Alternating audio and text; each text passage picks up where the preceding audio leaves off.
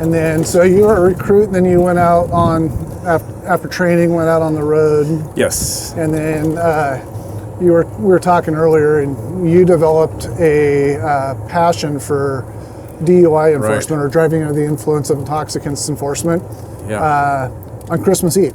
Yeah, actually, so a number of things happened during my career that kind of really pointed me towards the urgency of really doing DUI enforcement. So we call it DUII here in Oregon. We're one of the only states that do that, but the same thing as DUI, or driving under the influence of intoxicants. And so even in Ontario, I was dispatched to a fatal crash that happened out on the freeway on the interstate there going through Ontario. And that was my first dealings with an impaired driver.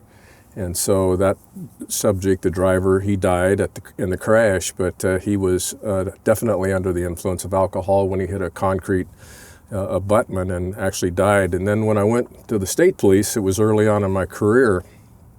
In fact, it happened about in the early 80s, and it was a three-person two-car fatality that occurred on Highway 97 on Christmas Eve.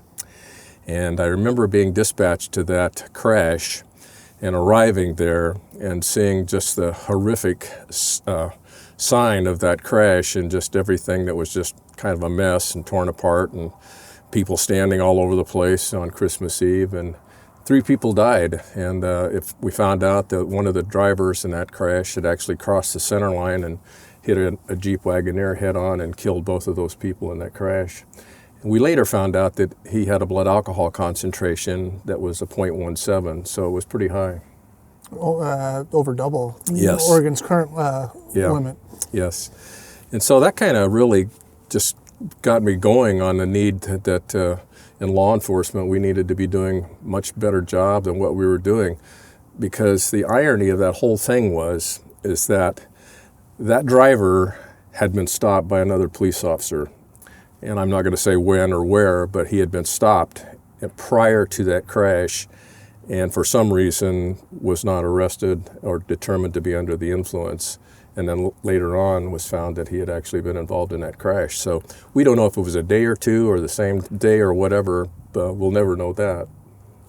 That's the sad thing. It is. And I've seen that throughout my career, is an officer will stop somebody an hour or two beforehand, not arrest them, Yes. and then either I stop them and would end up arresting them, or there would be a crash involved with that person.